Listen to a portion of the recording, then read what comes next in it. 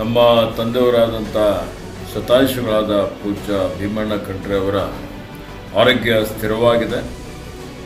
ಕೆಲವರು ಸಾಮಾಜಿಕ ಜಾಲತಾಣಗಳಲ್ಲಿ ಸುಳ್ಳು ಸುದ್ದಿ ಹಬ್ಬಿಸ್ತಾ ಇರ್ತಕ್ಕಂಥದ್ದು ಅಥವಾ ಬರ್ತಾಕಿರ್ತಕ್ಕಂಥದ್ದು, ಅದಕ್ಕೆ ಯಾರೂ ಕಿವಿಗೊಡಬಾರ್ದು ಅಂತೇಳಿ ಹೇಳಿ ಅವರ ಅಭಿಮಾನಿಗಳಿಗೆ ಎಲ್ಲರಿಗೂ ನಾನು ಮನವಿ ಮಾಡ್ತಾ ಇದ್ದೇನೆ.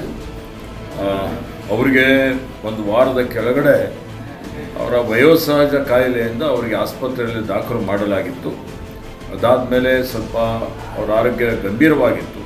ನಾವು ಆಸ್ಪತ್ರೆಯನ್ನು ಮನೆಗೆ ಕರೆದುಕೊಂಡು ಬಂದು ಇಲ್ಲೇ ತಜ್ಞ ವೈದ್ಯರೆಲ್ಲರೂ ಸೇರಿ ವೈದ್ಯರ ತಂಡ ಅವರ ಆರೋಗ್ಯದ ಬಗ್ಗೆ ನಿಗಾ ವಹಿಸಿದೆ. ಅವರಿಗೆ ಉತ್ತಮ ರೀತಿಯಲ್ಲಿ ಚಿಕಿತ್ಸೆ ಕೊಡ್ತಾ ಇದೆ ಮತ್ತು ಅವರು ಚೇತರಿಸ್ಕೊಳ್ತಾ ಇದ್ದಾರೆ.